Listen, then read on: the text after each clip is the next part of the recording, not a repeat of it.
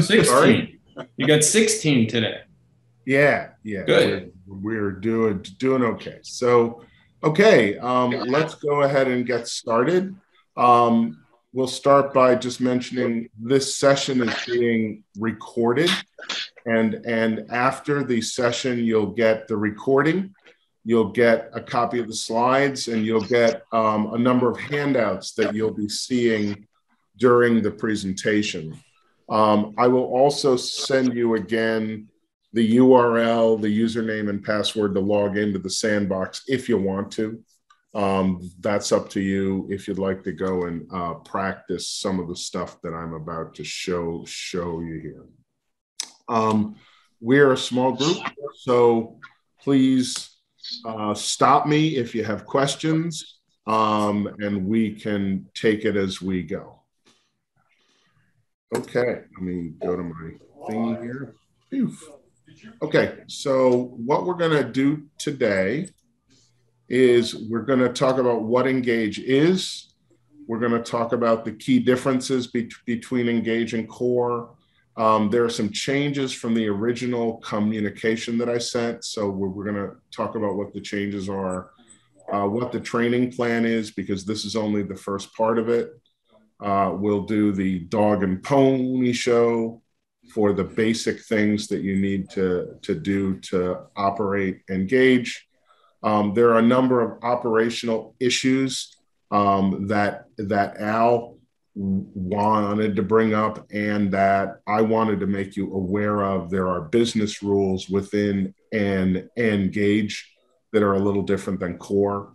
And then what to expect next. So let's jump in.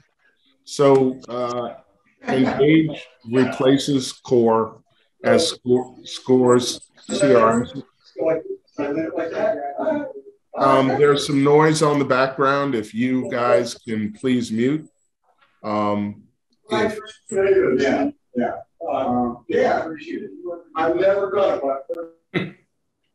Okay, great. Now that we've handled that.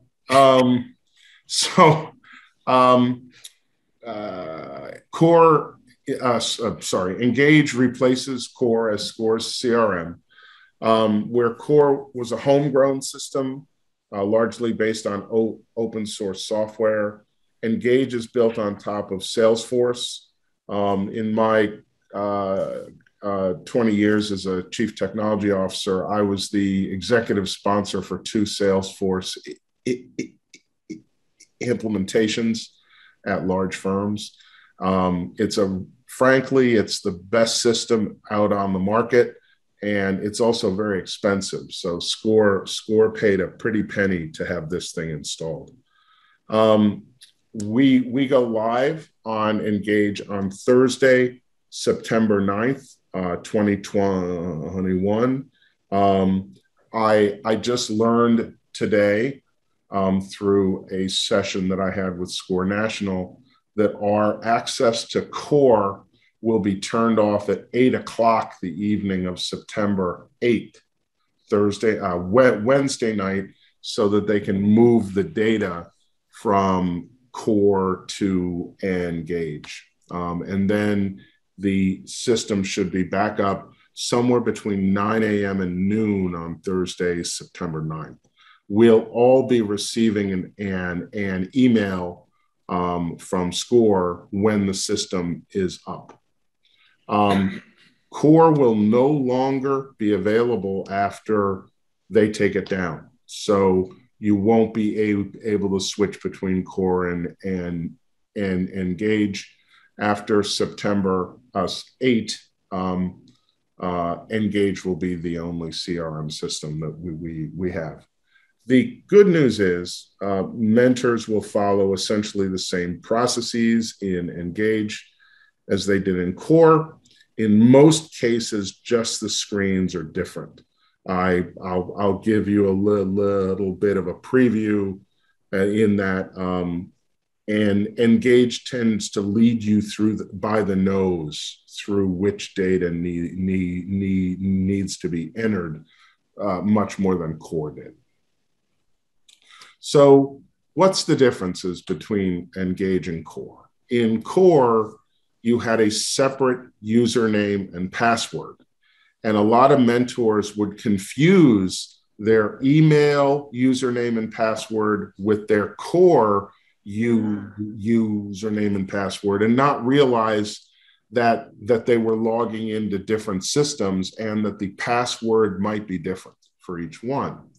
With Engage, they're using what's called federated authentication with Engage, and they're literally using your Google scorevolunteer.org account to log in to Engage. So you've probably been to websites where you've signed up for services and it says sign in with Google or sign in with Microsoft or sign in with Facebook.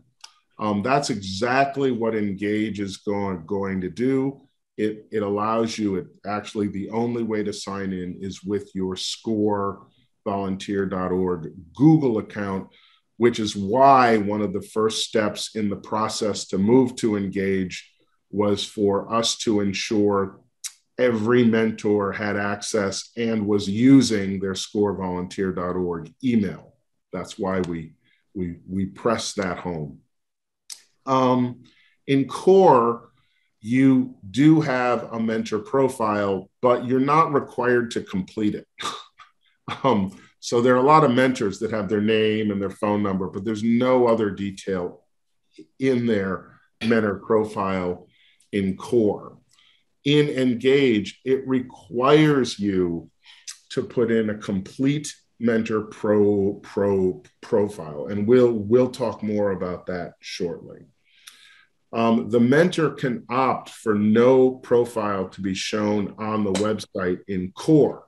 So if you didn't have a picture, if you check the box that said, I don't want my profile visible, your profile would essentially be invisible to anybody searching Score. In Engage, all mentor profiles will show up on the chapter website, and you can opt for it not to be searchable to external clients. However, if they go to the buckscounty.score.org website, they will see your mentor profile and they can request you. In Core, any mentor can add session notes for clients. So if I'm a co-mentor, I can go in and put notes for the client in. Currently in Engage, only the lead mentor can enter session notes. Now, there's a rumor from our volunteer training coordinator that they're adding that feature later this year, that other mentors can add session notes. I found it to be a good training guide when I was training, that when I was a co-mentor, I'd say, hey, I'd like to practice with Core. Do you mind if I put the notes in for the client as the co-mentor? And of course, the lead mentor would almost always say, yeah, great, go and do it. So right now, only the lead mentor can enter notes, session notes. There is a way for co-mentors to add another note, and I'll show you how to do that. In Core, mentors had to coordinate with the client intake coordinator, who is Al, to accept or decline assignments. In Engage, the mentor must accept or reject assignments within the system, and we'll be talking about this in more detail. In Core, mentors must coordinate with the client intake coordinator to reassign clients when you want. If you take on a mentoring assignment and you find that you're not the right mentor and you want to transfer to somebody else, you basically had to coordinate with Al about that. In Engage, mentors can reassign clients within the system, even to mentors at other chapters. Now, some of the operational rules that Al has requested we put in place involves this reassignment, so that Al knows what's happening and that the mentor being reassigned to isn't surprised. So we'll talk about those simple little rules shortly. The mentor must coordinate with the client intake coordinator to pause mentoring assignments in core.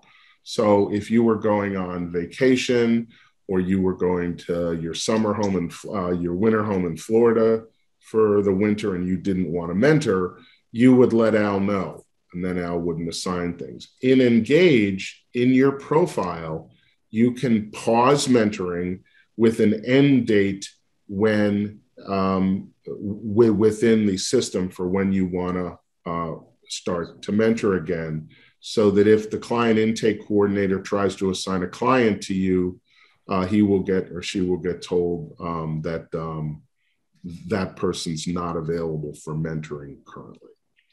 We'll talk about pausing mentoring as well in a little more detail. In core, when you put a client session in, you could only put co-mentors from within your chapter. That drop down only had our own mentors. In Engage, you can have a co-mentor from any chapter. And we'll go over that too. So some amendments to the original communication. We originally said that we were going to use the Engage calendar called Journey, J-R-N-I. After talking to our regional training coordinator, we've decided not to use the Engage calendar. They actually said that given how you use calendars, it doesn't add any value. It adds a training burden onto the mentors. So we've decided to not use the Journey calendar. However, just like the core calendar, it's there. You can use it if you want. There's ample training materials on the SCORE help site, but we aren't going to be offering training on it at the chapter level. Instead, during this session, we'll be giving a brief overview of the Google Calendar, which many folks use. From a SCORE support perspective, SCORE National only supports the Engage calendar or the Google Calendar. So any other calendaring that we choose to use, we're on our own, okay? We will continue to use Google Meet. Since we will not be using the Engage calendar, which has an integrated virtual meeting technology in it, since we're not going to use that, we'll just continue to use the Google Meet technology that we currently use. Last but not least, this was mentioned in the original email that I sent, but when they transfer the data from Core to Engage, any client who has had a mentoring session since October 1st, 2020 will be retained and engaged. So if they had a mentoring session, their client record will be moved over and all their session data will be moved over to Engage. However, you will still be able to get to the client sessions summary report if you wish to look at older session data. So, and if an old client comes back who you mentored before, they will have to be entered into Engage as a new client. So if somebody who you mentored before October 1st, 2020, but not since, comes back and says, I'd like to have another session, you'll have to enter them as a new client. Okay, so the training plan is, the first piece of it is feature training, and that's where we are now. So the next... Hey, Charlie, yep. Charlie, can I just stop you for a second? I'm not sure, I'm a little confused on that. So, and I know we talked about this, but I thought you might have just said something different.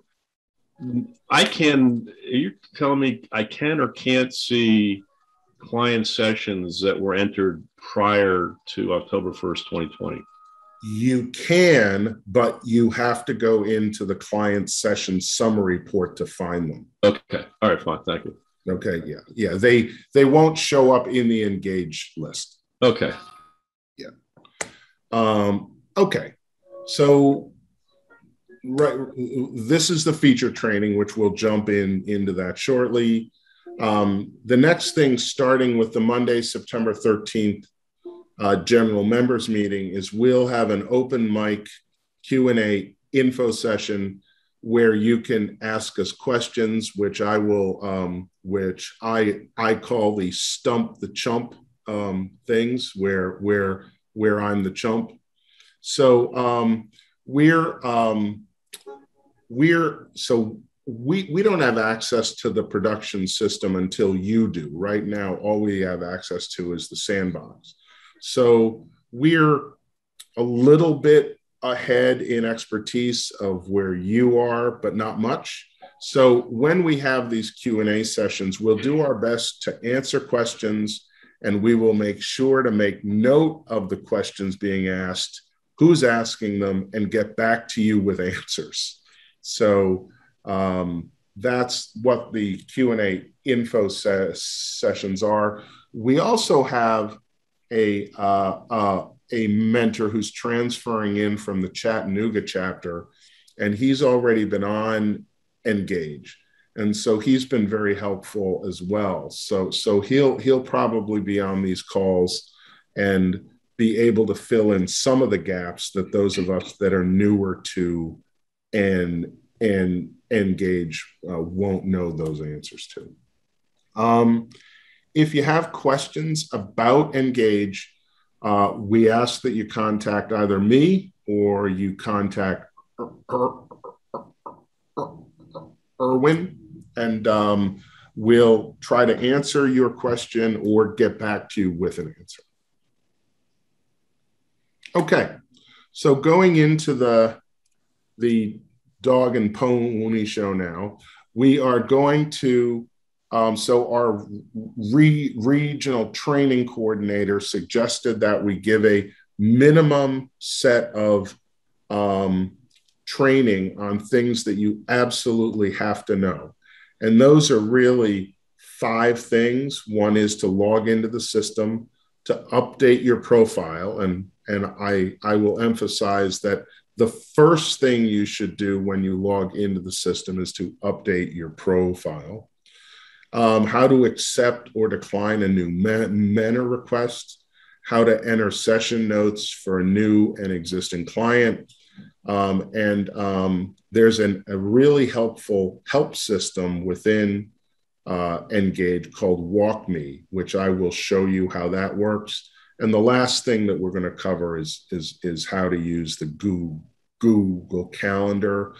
These 3 documents that are attached, I'll show you what those are later, and I'll be sending them to you because they have a lot of helpful links. So let's go ahead.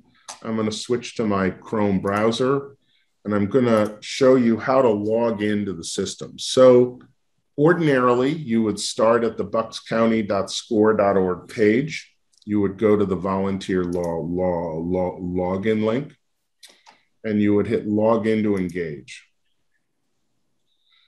Notice that the only login option is to sign in with Google. So when Charlie, we're still seeing the PowerPoint. Yeah. Oh, really? Well, that's interesting. We stumped the chump.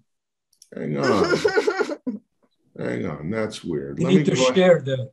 Yeah, let me go ahead and stop the share, restart the share my whole screen, and then go back to the browser. Can you see it now? Yep. Yes. Yay. Thanks for pointing that out. Okay. So you go from scorebuckscounty.org, and let me go back here again.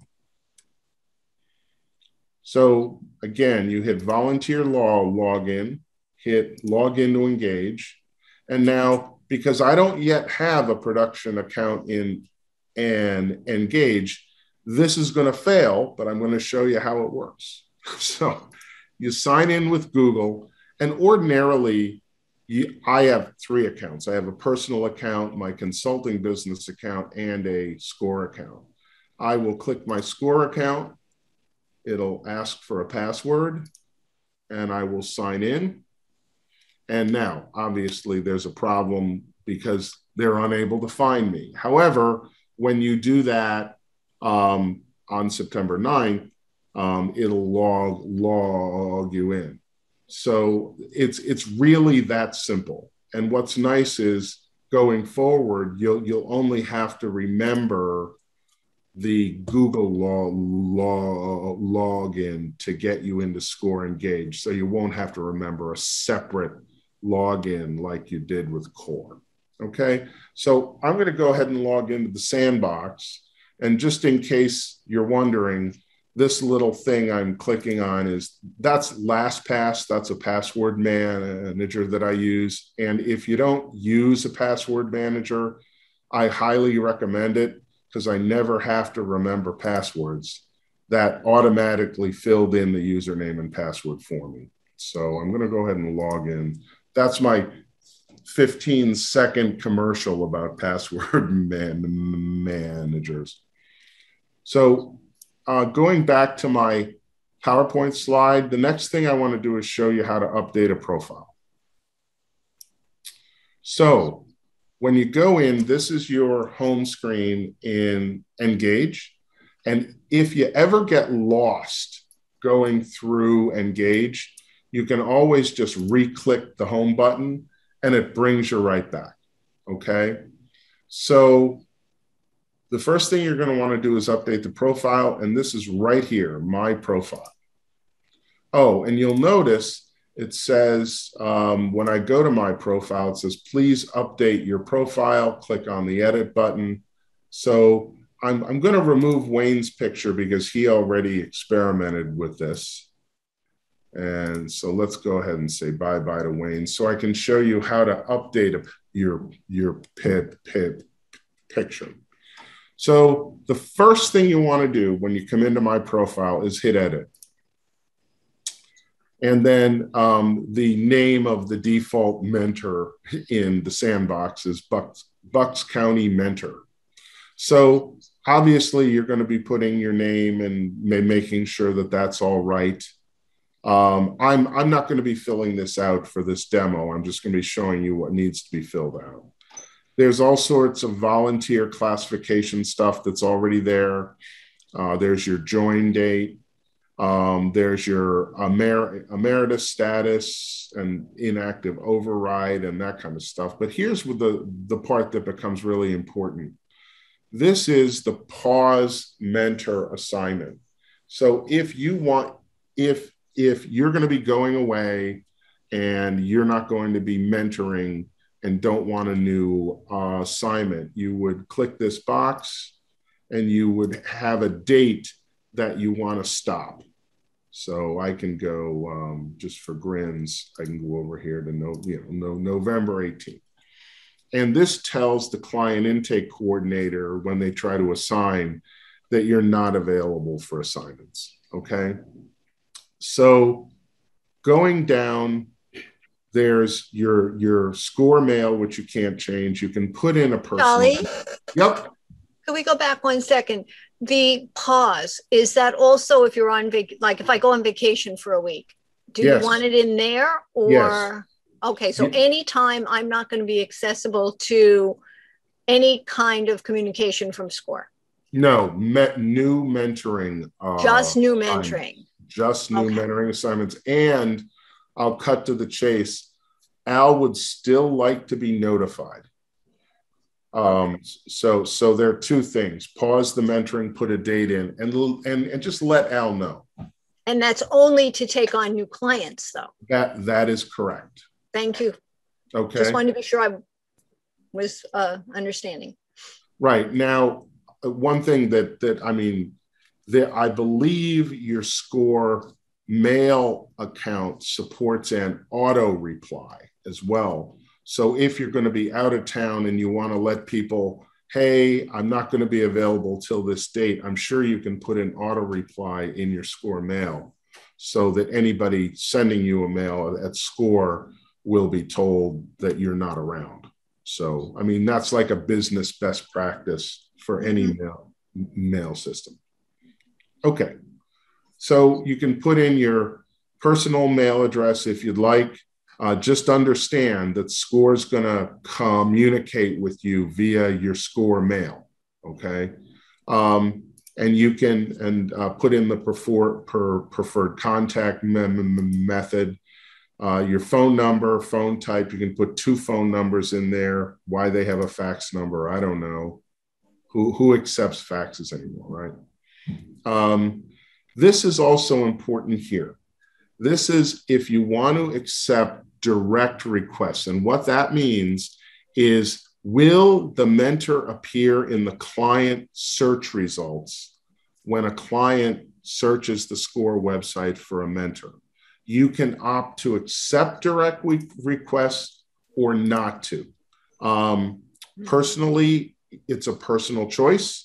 For instance, I'm a technology guy, so I have a certain set of technology skills that are relatively rare in SCORE. So I accept direct requests, and most of my clients are outside of the Bucks County area. However, you can uncheck the box, and then people will not be able to find you. And then there's also an option for, are you willing to serve clients outside of your local area? So there are some mentors, and I respect their choices.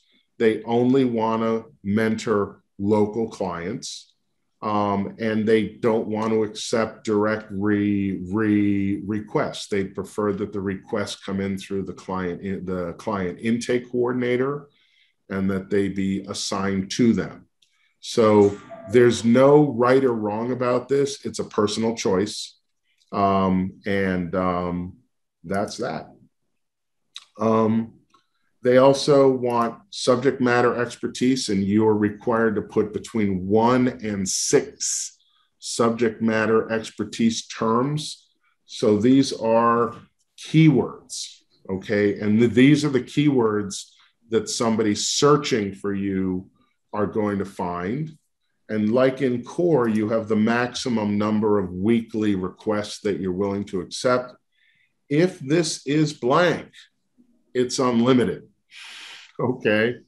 So, if you accept direct requests, you have a very in-demand skill, and you leave this blank, you could get a lot of requests. Okay. Moving down, you have Charlie. Yep. In terms of the subject matter expertise, is there a drop-down menu, or you can free form it? This is a free form text box, so you can put in any subject matter expertise that you wish.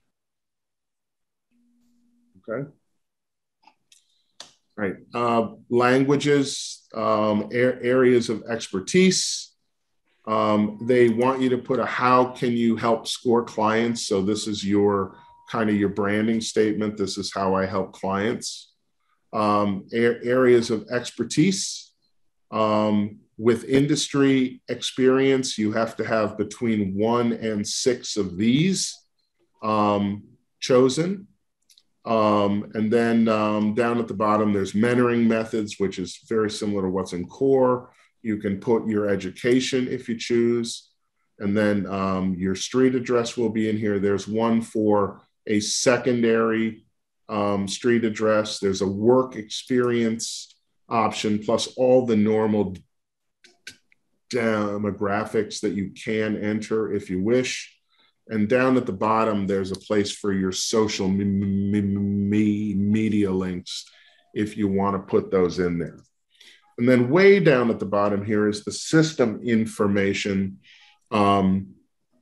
which is not fields that you can edit, but it tells when you had your code of ethics training and your volunteering anniversary and all of that good stuff. So that should be the first thing that you do in Engage, is to update your profile. Now, what I recommend is if you already have a profile in Core, I recommend that you log into Core and that you print or copy that profile from Core just so you have it.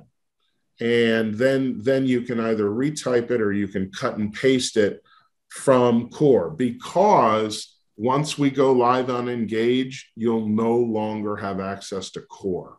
So I recommend that if you're gonna copy your profile, that you do it before Engage goes live, because then you won't have access to it again. Charlie, quick question. Yep. So does your whole profile get seen by the client? No, just the various pieces. For instance, the languages, this how I help score clients. So there are certain things that show up, but not everything. This is a profile that is for Score to use and for clients. And I don't have a list of which clients see and which Score sees. I mean, they don't see your home address. No. Currently, even in Core, your home address is in your profile and they don't see it. What they typically see is how you can help.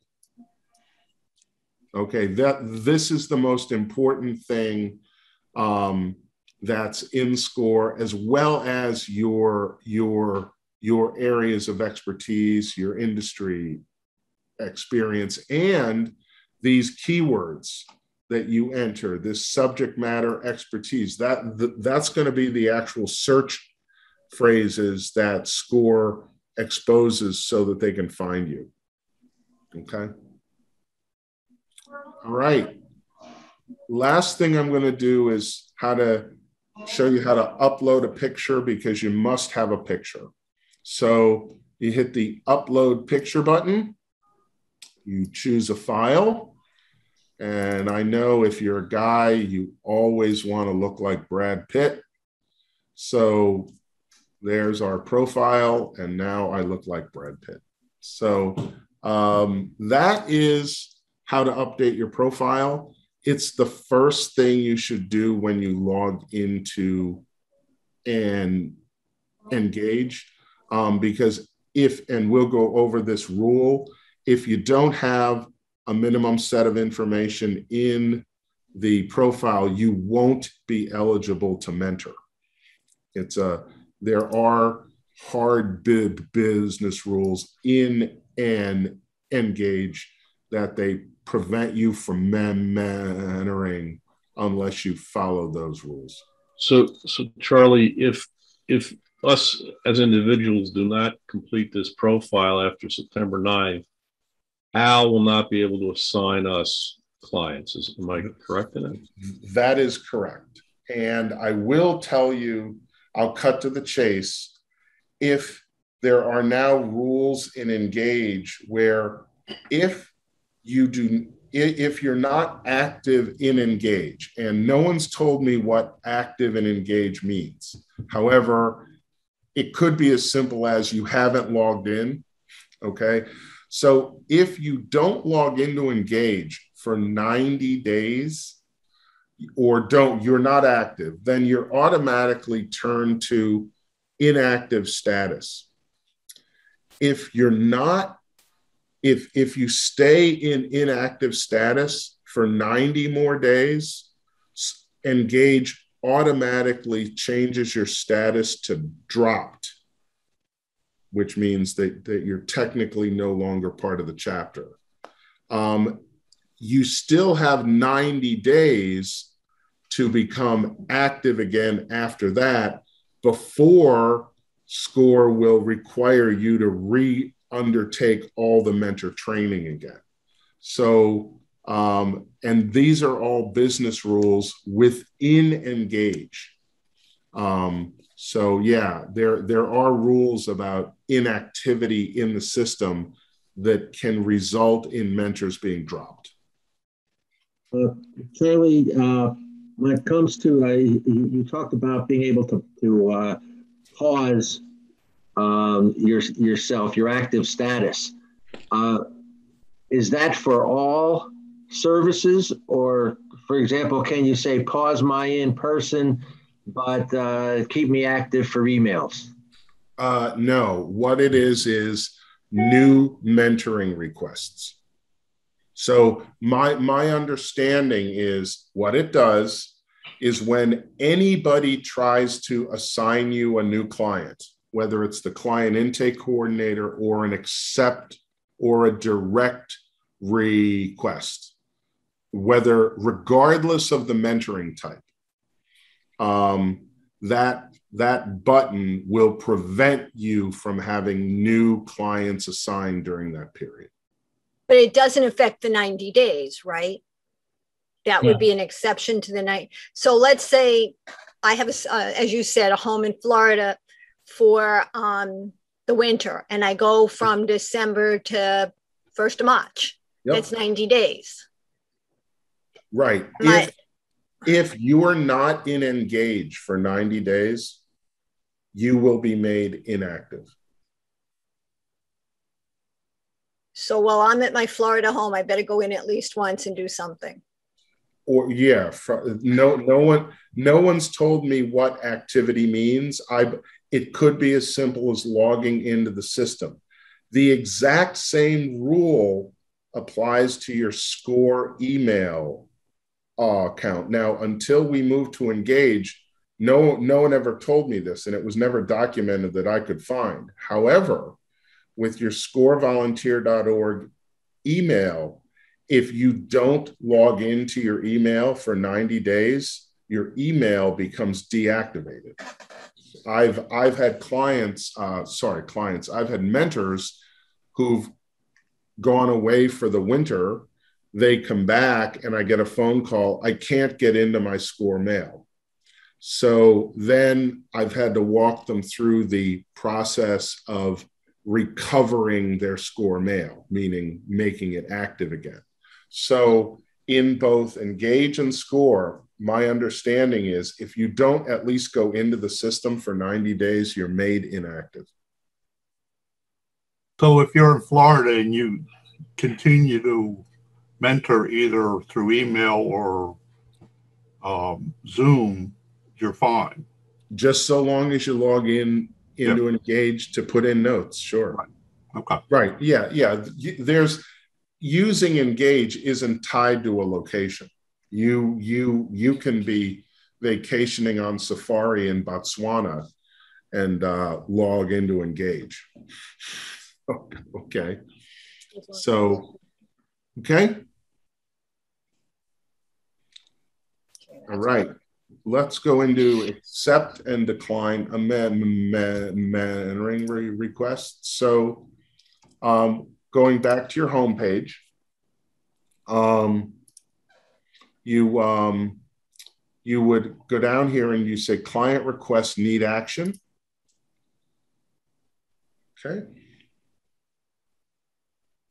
And then this is your list of clients that are being assigned that are pending.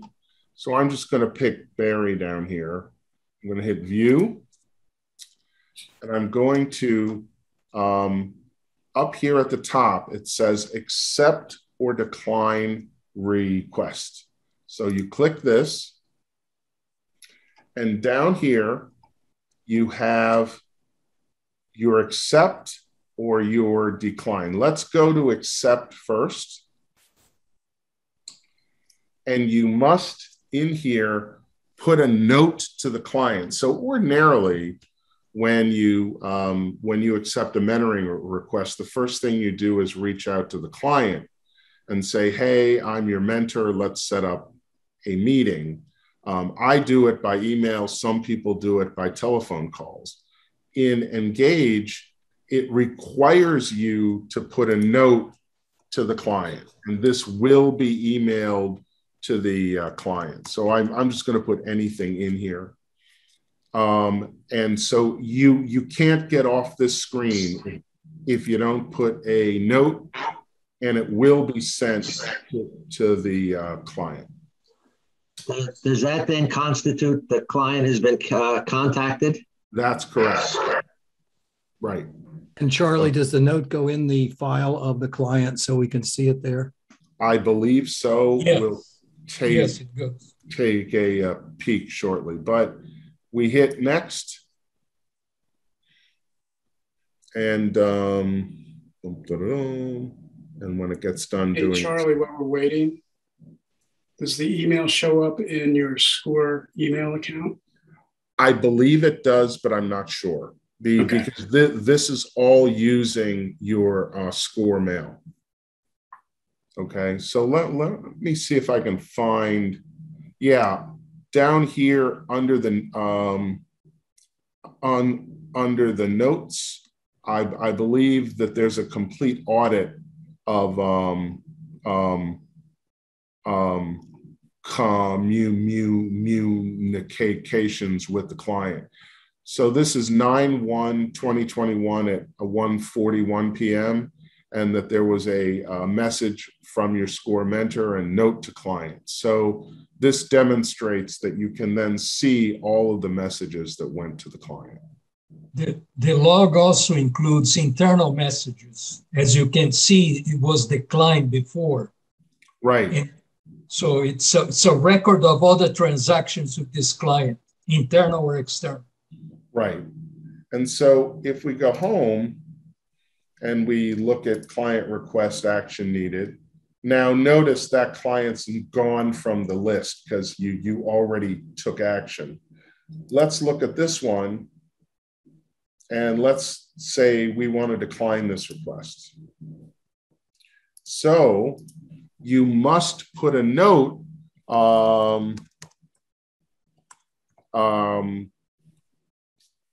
about why you decline the request. And that goes to Lizzie, not to Al? I mean, we have to tell. Yeah, it goes to the client? Yeah, no, this doesn't go to the client. That's just the client name. This is not an email being sent. This is a decline request. And then the client intake coordinator, Al, is notified that the request was declined. And then he either needs to find out why it was declined and then reassign it to somebody else. Even if it was a direct client request, the email request, for example? Yes. It didn't go through Al, or it didn't come to the capture, it came from National. Yes. Every client assignment must be accepted or declined. And so if I get an email from a client in California that's not a good fit and I decline it, that will go to Al? No, I think we'll go to the national queue, not the chapter. Yeah, that my understanding based on what the courses I've taken is that it does go back into the national queue. Okay. Okay. Now, one thing that I will say, they make it very easy to decline requests, and SCORE National realizes that. So they also monitor these declines, and if they find mentors who are declining a lot of requests, SCORE National may put in a call to the chapter chairperson and just inquire what's going on with this mentor declining a lot. So this is a case, for better or for worse, of Big Brother watching. So, okay.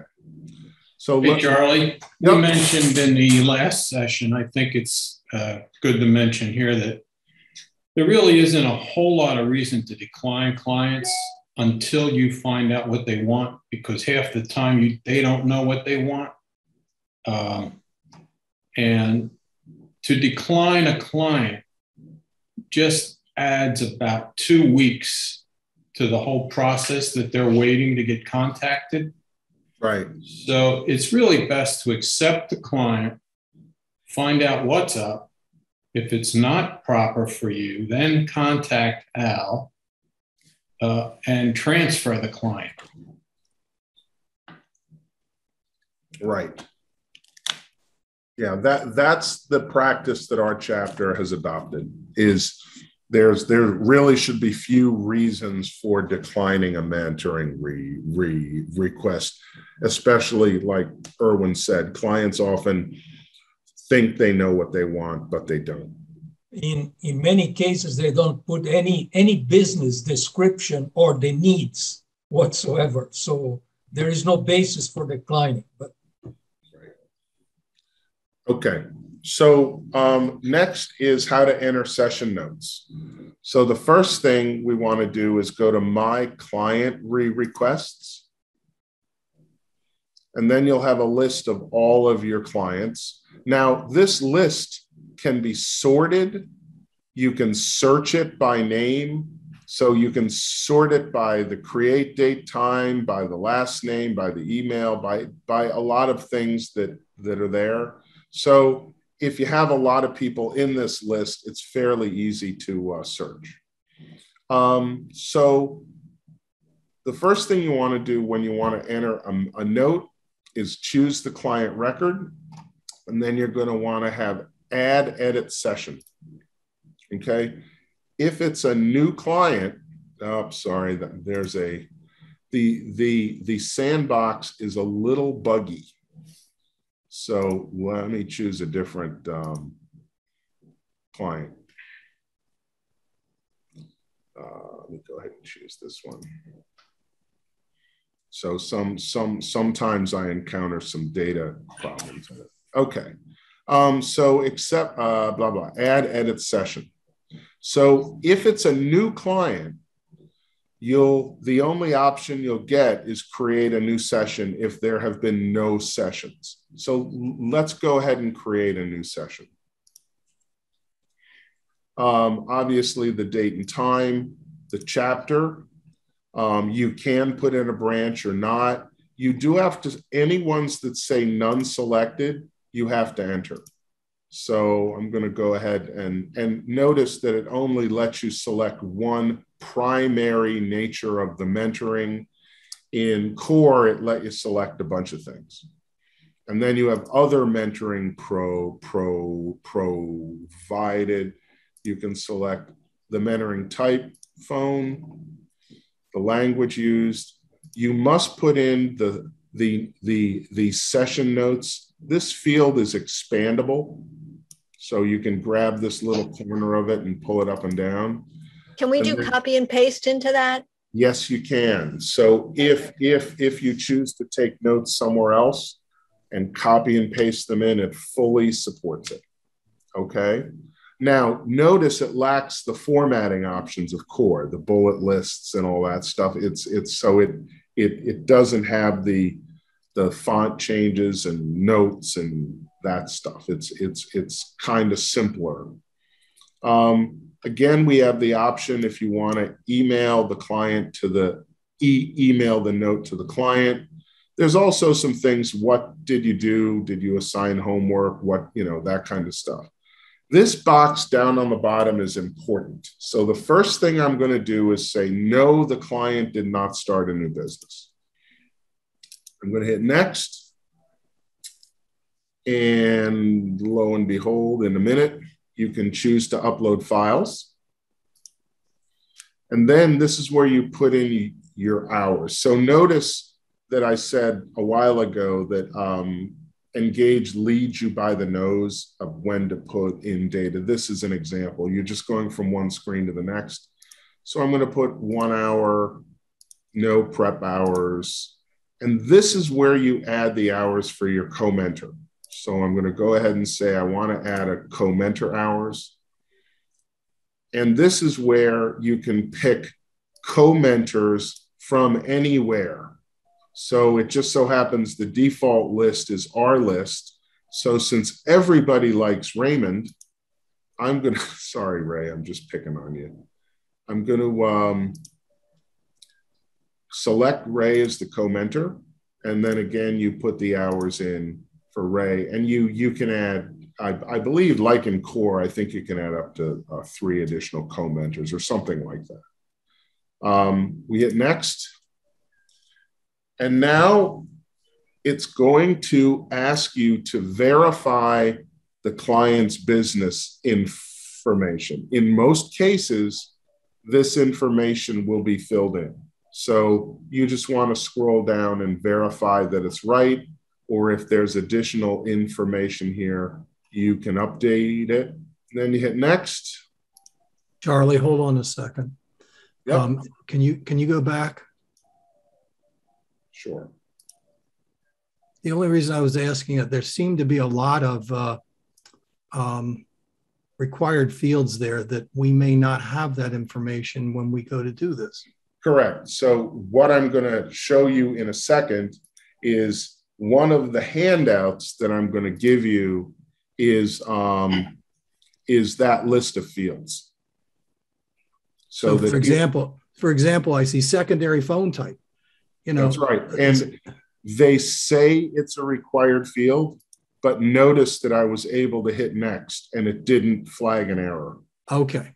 So again, there are some interesting inconsistencies in Engage because you spotted it immediately, that here's a field with a red asterisk, which theoretically means that it should be a required field. Only probably if you do the primary above. Maybe. Probably. And could you go down the list? Because it was quick. Race. See, there's race, ethnicity. Right. And it's saying it's required, but you were able to go forward. That's right. And age, gender, military status, education. You can ask these people these questions. That's right. Yeah, and again, well, we need a cheat sheet to go do it during the session versus now. Well, making the notes. That's what you're going to get by the way. So, all right, Charlie, I'm feeding you. Okay, so you hit next and notice it didn't say, whoa, slow down there, big fella. Okay. Okay. Thank you. So that's adding a session. And the first thing I wanted to do was show you the business in for the verifying the client. Now I'm going to add a session, and I'm going to add it for the same client. And I'm going to go ahead and just quickly enter this stuff.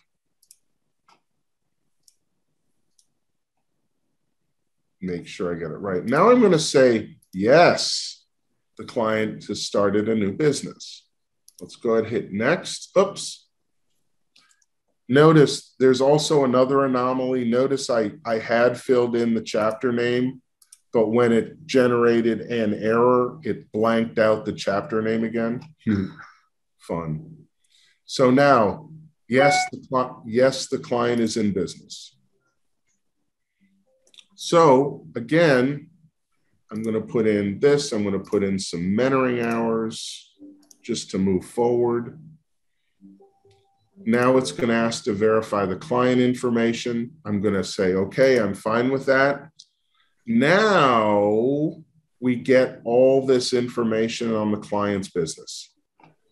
Okay, and so these are things that you can enter, and I will give you a cheat sheet for this stuff too.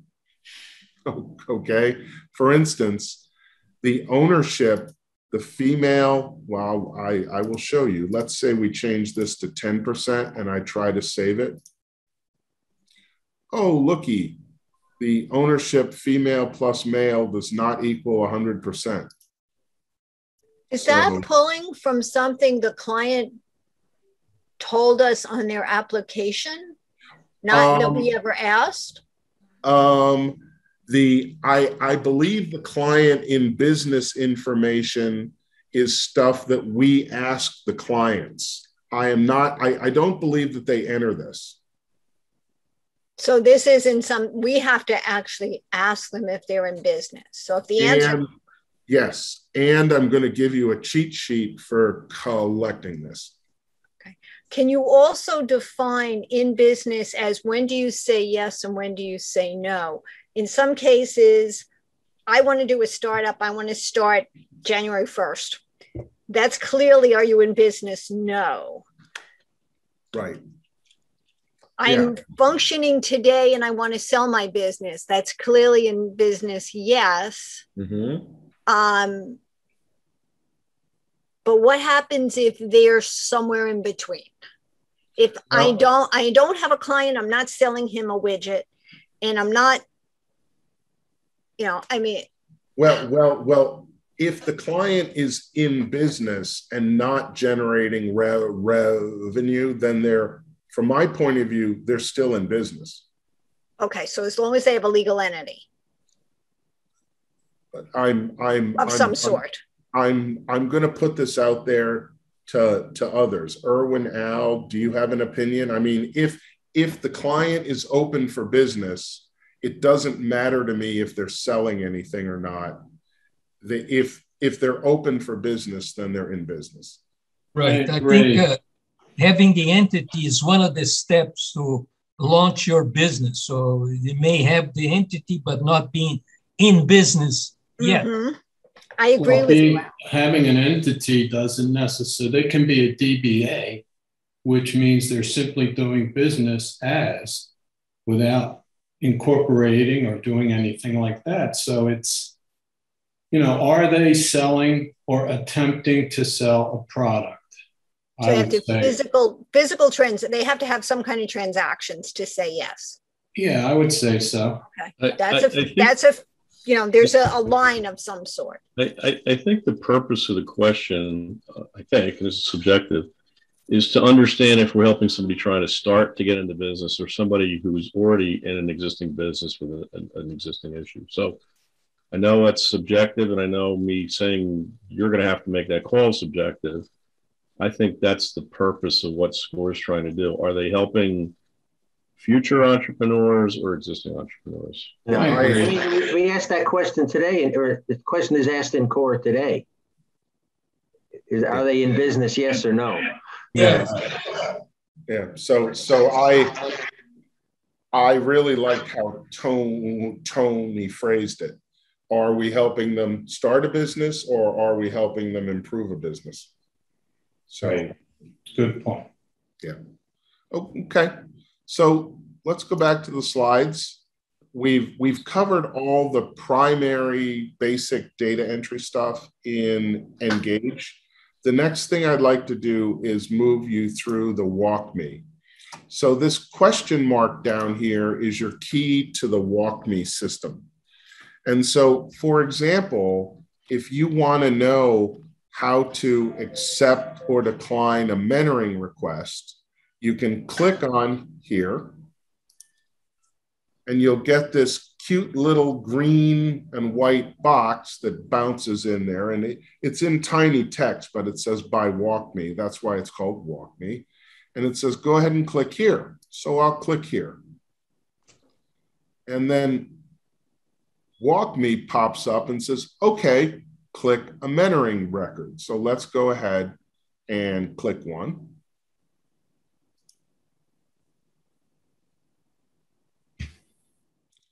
And then it should come up and say accept or decline request.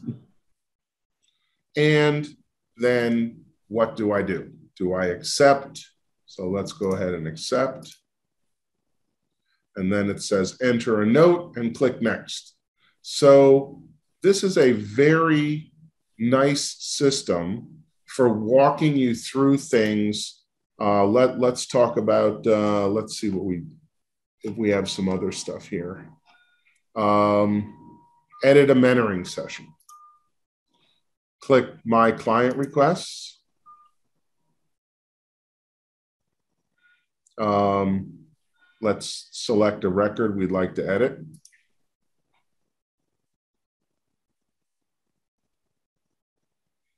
Click add or edit session. This may create an error. Yeah, like I said, some of the data is weird, but you get the gist of what WalkMe is all about. So if you're, and you can also search. So how to edit a mentoring session. You can put a search button in here, and then it will lead you by the nose. It is not comprehensive. It doesn't have everything, but it does have the basics of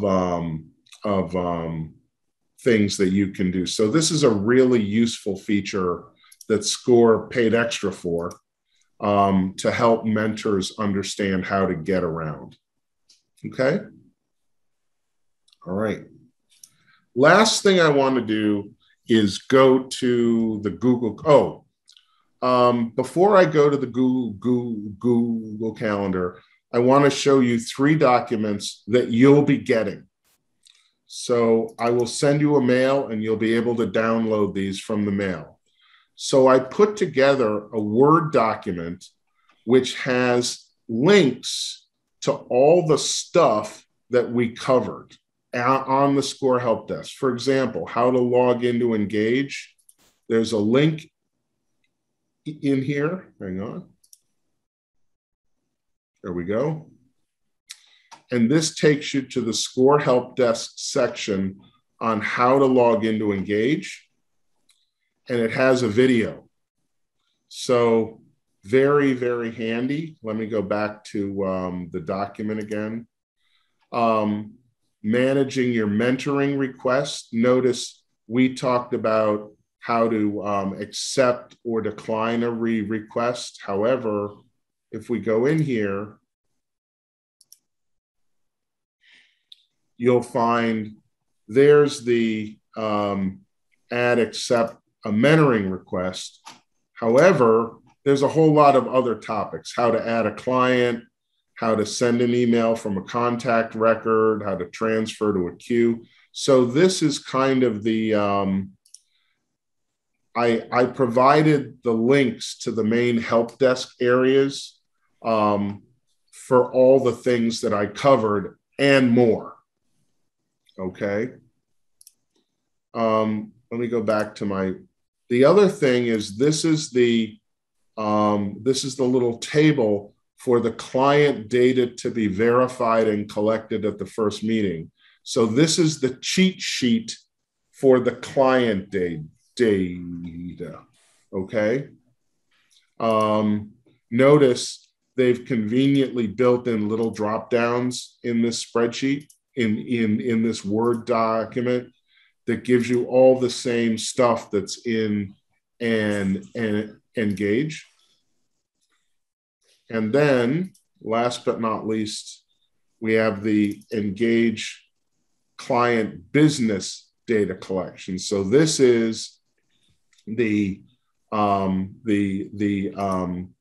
client data, like female ownership 10%, male ownership 90% or whichever.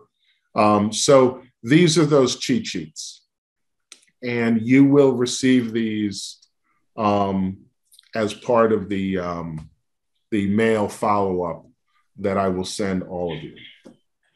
Charlie, on some of this metadata, for example, you just did the 90-10.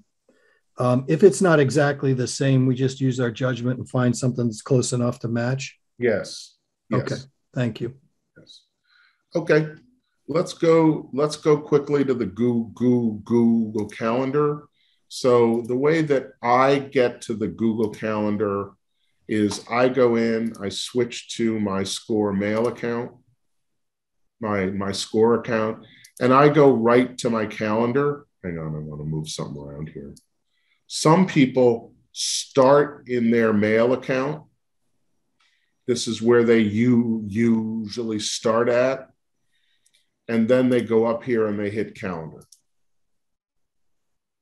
So that's how you get to the SCORE calendar. So I'm going to go over quickly how to create an appointment. It's very easy. You select the date here and you select, like say it's an hour and a half. You select that and then it pops up. I'll put in a title. Notice there's an option for adding video conferencing. It gives you your Google Meet account or your personal Zoom account. I'm just going to put Google Meet. You can add guests, and I'll just add my own personal mail account as a guest, but this is where you'd put your client mail. You can put the description of whatever you want here. Okay, you can add attachments, and I'm going to go to more options just to show you one of the most important things, there's a no notification option, and you can add multiple of them. So notify 10 minutes. I can also tell it to notify, for example, 1 day in advance. And so this is how you can actually use the calendar to kind of corral your clients and tell them a day before, an hour before, 10 minutes before that they have a session. So that would go out to them if they don't have a Google account, Charlie. That's correct. It goes out as an email to their email reminding, like a reminder. How it works is as soon as I save this, right, it will send the calendar invitation. Okay. And I will show you in my, I'm going to gamble here that this is going to work. In my personal mail, there it is. I just got the invitation for this session. So I'm going to go ahead and accept it. And in here, it should say, yep, it should, sooner or later, it should tell me that Charlie Morris, me, accepted my own request. So, yeah. And then as part of the notifications, they should get notified based on the notifications that you placed in there, that the mentoring session is starting in a day or it's starting in 10 minutes, whatever you say. Okay. Great. Hey, so Charlie, can you load calendar information into multiple calendars, or can you forward it from the SCORE calendar to a Gmail personal calendar? I am not sure what your question is. My question is that a lot of this will populate your SCORE calendar, right? Things we talked about. Can that information, that appointment, be forwarded onto a different calendar? Yes, if you have another Gmail account, I would CC myself. Okay. You invite yourself. Right. Correct. Okay. And you can BCC if you don't want your personal email out there. That's exactly right. Right. So I'm going to, and then if the session is, if you want to cancel the session, you just click the little garbage can, delete event, and you can put a note to the users, and you can say don't send the cancellation, or you can say send. And then when I send and I go back to my email, I should, yep, there it is. So this was sent to me, which means that this is in my Microsoft email, because this gallywest.net, my personal mail, is my Microsoft account. So since you asked, that is exactly, I mean, I just added it to another calendar. Okay. Charlie, what is the visibility into this SCORE Google Calendar relative to the chapter or all of SCORE? Is it still private to me? Okay. So SCORE National Admin can see the calendar. So SCORE owns the account. Okay. They are the administrators of this account. So as such, the administrator of the email accounts at SCORE National can see everything. At the chapter level, we have no administration rights, none. So I can't see what's in your calendar. Al can't see what's in your calendar. We have no visibility into the calendar. How about when you're trying to schedule with a co-mentor? Can you see their calendar? No. Okay, so there's no integration like you would see in Outlook within a company. That's right. Now, what we're trying to do, I'll give you a little secret. What we're trying to do is when you add rooms. Notice when I say add rooms, there's this Twin Cities office and other. What I'm trying to do is get SCORE National to add a location called SCORE Bucks County, and then under there have all of our mentoring locations as rooms. Okay. Then it would create calendars for all the mentoring locations like we have in our Members Corner website. So we're trying to get SCORE to add this into the Google Calendar so that we can coordinate the use of mentoring locations. Okay. Just like you would in a company where you have meeting rooms and you want to book the meeting room. Well, we're trying to treat the mentoring locations as meeting rooms. So far, I haven't had a lot of luck getting them to do it. Charlie, as far as notifying your co-mentor, you could just copy him on the calendar. Right. You would make them a meeting invitee. Right. So you would go in here and you would say, you know, like say Linda's my co-manager. Boom. You know, say I have another one. Say, you know, say Tony, Linda, and I are co-mentoring. Well, I've just added Tony and Linda to this invite. But Okay. Bill's point was that you couldn't check Tony or Linda's calendar to make sure they're available. No. Ahead. No. Right. I'm using the Google Calendar right now, and I find it very helpful. And it sees, you can see if the mentee has accepted it, which is a good sign. Charlie, that reminder was fantastic. That was a golden nugget I was not aware of as far as a day, a week, a month in advance. Yep. That's wonderful. So that's very helpful. What I usually do in the notes, just so I have it, is I copy, which used to come from Core, the client's name, email, and telephone number.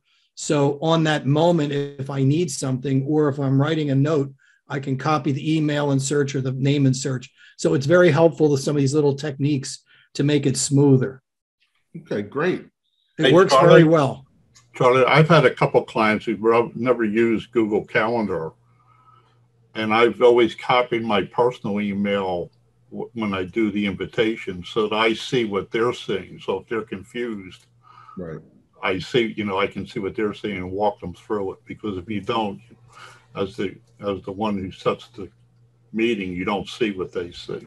Well, that's a really good practice. So being able to see what they see. So, okay.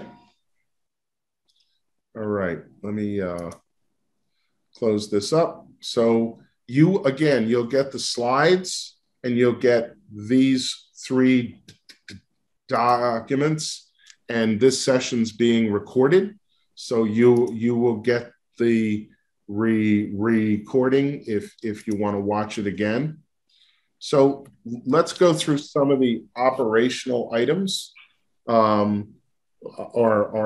These are chapter policies. So scheduling mentoring sessions, just as today, mentors are responsible for scheduling client mentoring sessions themselves. Google Calendar is the recommended approach.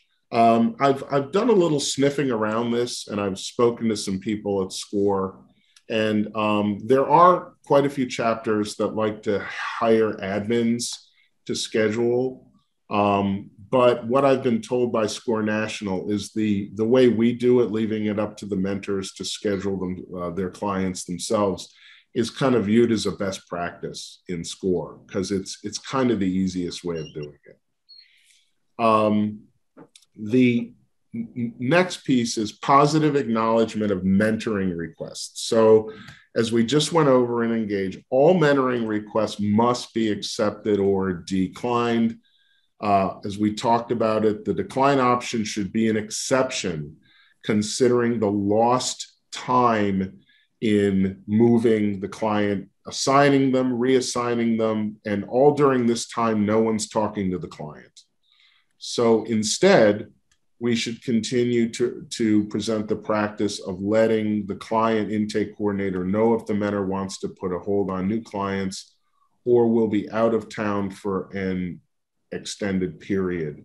So you can use the pause feature, but you also need to tell Al or whoever the client coordinator is that you're going to be out of town. Transferring to other mentors, the client intake coordinator should be informed to understand what is happening with the assignments made. Out of courtesy, you should seek agreement with the other mentor before transferring the client, so there's no surprises or, more importantly, no upsets. You'll notice in Engage, if you watched, and I know I went through things pretty quickly, there is a quarter-hour session length in there. Well, we discovered that those quarter-hour session length, for whatever reason, aren't credited to the chapter. So the only time we get credit for a session is if they're a half hour or more. So that's just something to note. Okay. Just a comment, Charlie, on this idea. Why should I be informed? Because when I do assignment, is the first match skills versus need, as well as an attempt to balance the participation of all the mentors in the chapter. So if for some reason you've take yourself out of one assignment, would be nice for me to know. So that's the reason. I'm not trying to control anything. No, and the way I interpret it is that it's all about customer service. That we definitely want to ensure the smoothest transition of service to our clients that we can, and telling Al what's going on is one way of helping to do that. So, okay, now we get into the Engage rules. And these are rules that the system enforces. The first one I already mentioned: after 90 days of inactivity, status updates to inactive, including score email as well as Engage. So if you're not active in mail will become inactive after 90 days. If you're not active in Engage will switch you to an inactive status. After an additional 90 days, the member status updates to dropped. At this point, and for the next 90 days, the help desk can still intervene and change the status back to active if the member begins activity again. After drop status has been active for approximately 90 more days, the mentor would need to start their training. So if you're inactive for 270 days, you'd have to restart training. And I'm sure if there's a mentor who's been inactive that long, they're probably not interested in mentoring, or something happened. So moving down, this is related to active status. If you're made inactive for some reason, you can only remain inactive for 90 days. After that, their status will automatically be changed to dropped. Now, Leah asked a question before we went live, and we had an interesting anomaly happen. And that was, right now, Score National is doing data cleansing on our data. And one of the data cleansing activities which unfortunately they didn't inform us they were doing, was any provisional mentor who is provisional for more than 90 days, they drop them. So Leah, the reason your SCORE email went inactive is because SCORE in the data cleansing dropped your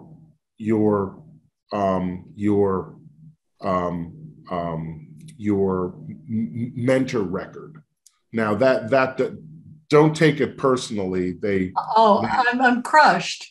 Okay, you and 7 other provisional members in the chapter had the same thing happen, and Wayne is all over this with SCORE National to get this straightened out. But that's what happened. So for whatever reason, they applied the inactive policy, and I believe what they were trying to avert is when the data was moved over to Engage would have detected it as longer than 90 days of inactive status or something, and it would have dropped them. So Wayne's working to get it fixed. Well, that's good to know, because I attempted to sign in several times, and it's like, okay. Yeah, it's alarming, especially when you didn't get any advance notice. So, okay. Well, thank you. Sure. The annual code of ethics, by the way, Leah, we just found out about this yesterday, and we just got a reason for it this morning. So yeah, because I just talked to Wayne. What's today? I think Monday he called me just to check in, and I said, oh, by the way. And he said he would be all over it, because I had sent a message to the help desk. And so, I appreciate, the response why I was deleted. Okay. The annual code of ethics. If the annual code of ethics is not completed on time, then the volunteer status is updated to inactive for a 30-day period. Individual volunteers can have the additional 30 days to complete the code of ethics before having their status changed to dropped. So the bottom line is, if you don't have the code of ethics completed within 30 days of the date of it being required, your status will be changed to dropped. Okay. Profile requirements. If the mentor does not have the mentoring methods, area of expertise, and industry filled out, they will be ineligible for client assignments. Okay, that's the profile rules. To make a profile viewable on score.org, you must have a photo. You must select a minimum of 1 and a maximum of 6 areas of expertise and industries. You must provide a career summary, and you must select the language section for your profile. This is something I didn't know about. On an annual basis, you'll be asked to review your profile. You'll be notified 30 days before your active volunteer status date to review the profile. SCORE just wants to make sure that we're at least looking at our profile on an annual basis to keep it current. What's next? Well, after this session, once the recording becomes available, that's typically an hour or so, I'll send you an email. It'll come from Constant Contact, just like the invitation to this did. It'll contain the video, the slides, the common mentoring practices, the Engage Client Collection Form, and the Engage Client Business Data Collection Form. You can go into the links in the mentoring common practices, and there are videos showing you how to do a lot of what I just showed you. Again, we go live on Thursday, September 9th. Your core account, which I just found out today, will be deactivated at 8 p.m. Wednesday, September 9th. Your first task when you go into Engage will be to create your mentor profile. On Monday, September 13th, we'll have a general members meeting where we will provide an opportunity for Engage Q&A, which I call Stump the Chump. And then we will schedule subsequent Q&A info sessions where you'll have an opportunity to ask more questions, and contact Erwin or me if you need additional help. So any questions, comments, criticisms, concerns? I would only say one thing, Charlie, is that when people do get get up and running and engaged, to go ahead and play around with it, because you can't break it. Right. It'll tell you if you did something wrong. If you want to try and find records or do things like that, go ahead. There's nothing you can do to it that will screw it up, theoretically. Theoretically, right. Yeah. Charlie, I have a question. I have a mentoring session with a client at 10 a.m. on Friday, September 10th. And we start on the 9th. Yep. It's a Google session, so I'm not worried about that. But will I be able to get notes in there on the 10th? Yeah, you ought to be able to get notes in there starting around noon on September 9th. So yes. As long as you filled out your profile and such. Okay. So I have to note to self profile on the 9th. Yeah. That's going to dictate if you can get mentoring assignments, because now that won't, having a profile or not won't prevent you from putting notes in. However, it will prevent you from putting in client assignments, from getting a client. But, the other thing, Charlie, my clients will already be in there, right? That's correct. You're migrating will be over? in there, Charlie? Pardon me? Will that client be in there, or will she have to add that client? Oh, no. If she's currently mentoring the client, if she's mentored the client since October 1st of last year, the client data will be in there. Okay. Absolutely. So, and if the client data is not there, then we have bigger problems than entering some. Then it's called Charlie. It's called right, exactly. Yes. Charlie, I have a question regarding the 90-day inactivity calendar or window. How is that affected by you if you put your account or your mentoring requests on pause when you hit the pause button for a certain period of time? Well, my understanding today is that inactivity means logging into the system. Okay. So if you're in pause and you're still getting into the system now and then you aren't going to be made inactive. Now, if I find out something different, I will let you know. But right now, I believe inactivity, well, I know for a fact inactivity in your email account means you haven't logged into it or done anything with it. With Engage, I believe it's the same thing. It's you just haven't logged into the system. Okay, thank you. Okay. And to add on that, so if we are marked inactive, will we get a warning letter from the system so we can, do something to fix it? That's a good question. I don't know if they give you a warning.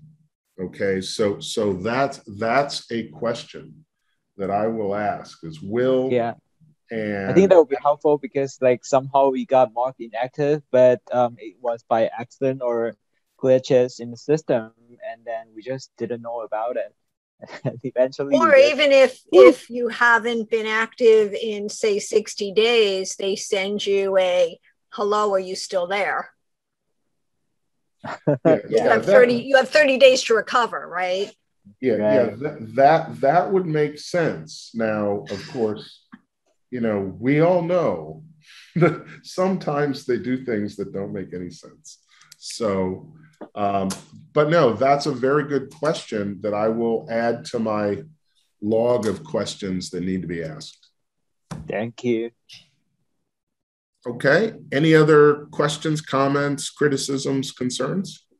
Hey, Charlie, thank you. I know it's a lot of time and effort. Appreciate it. Oh, you are very welcome. It was great, Charlie. Thank you. Yeah, thank you. Thanks for the input, Charlie. Okay, guys, thanks. Thank you. Take care now. All righty. Bye. Bye now. Bye-bye.